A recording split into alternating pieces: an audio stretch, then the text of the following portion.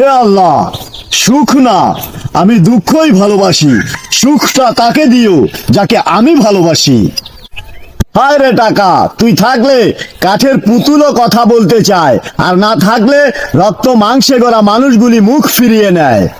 সবাই বলে ভালোবাসা যদি সত্যি হয় তবে সে একদিন ফিরে আসবেই। আমি বলি ভালোবাসা যদি সত্যি হতো সে কখনোই ছেড়ে যেত না। কাউকে ভালো লাগার আগে অনেক বছর একা থাকা যায়, কিন্তু কাউকে ভালো লাগার পরে তাকে না পেলে মনে হয় জীবনটা বড় অসহায়। তুমি বলেছিলে দূরত্ব চাও অনেক বেশি, তাই আজ আমি দূর থেকেই তোমাকে ভালোবাসি।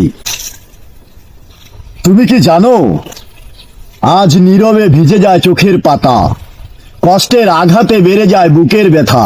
জানি না আর এইভাবে কাটবে কতদিন। আসসালামু আলাইকুম ওয়া রাহমাতুল্লাহ।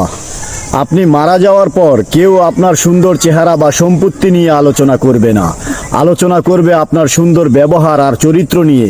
তাই মানুষের সাথে সবসময় ভালো ব্যবহার করুন। পুরুষ মানুষ হলো মোমবাতির মতো, পরিবারকে আলো দিতে দিতে একসময় নিজেই শেষ হয়ে যায়। কম সুন্দর হওয়াটাও আল্লাহর একটা নেয়ামত, কেননা বহু মানুষ তাদের সৌন্দর্যের কারণে পথভ্রষ্ট। আপনার ধৈর্য কখনোই বিফলে যেতে পারে না, সর্বদা ভরসা রাখুন আল্লাহর উপর। যদি কখনো মনে অহংকার আসা শুরু করে, তখন কবরস্থানে গিয়ে ঘুরে এসো। ওইখানে তোমার চেয়েও সুন্দর, জ্ঞানী ও ধনী ব্যক্তিরা মাটির নিচে শুয়ে আছে। এই শহরে প্রচুর অভাব, কারো শিক্ষার, কারো ভালোবাসার, কারো বা ভাতের, আবার কারো মনুষ্যত্বের। বড্ড শখ ছিল সবাইকে খুশি রাখার। হুঁশ তো তখন হলো যখন খারাপ সময়ে নিজেকে একা দেখলাম। স্বার্থপর এই সমাজে ভালো মন্দ বলতে কিচ্ছু নাই। আপনি যার মন রক্ষা করে চলতে পারবেন তার কাছে আপনি ভালো, আর যার মন রক্ষা করে চলতে পারবেন না তার কাছে আপনি খারাপ।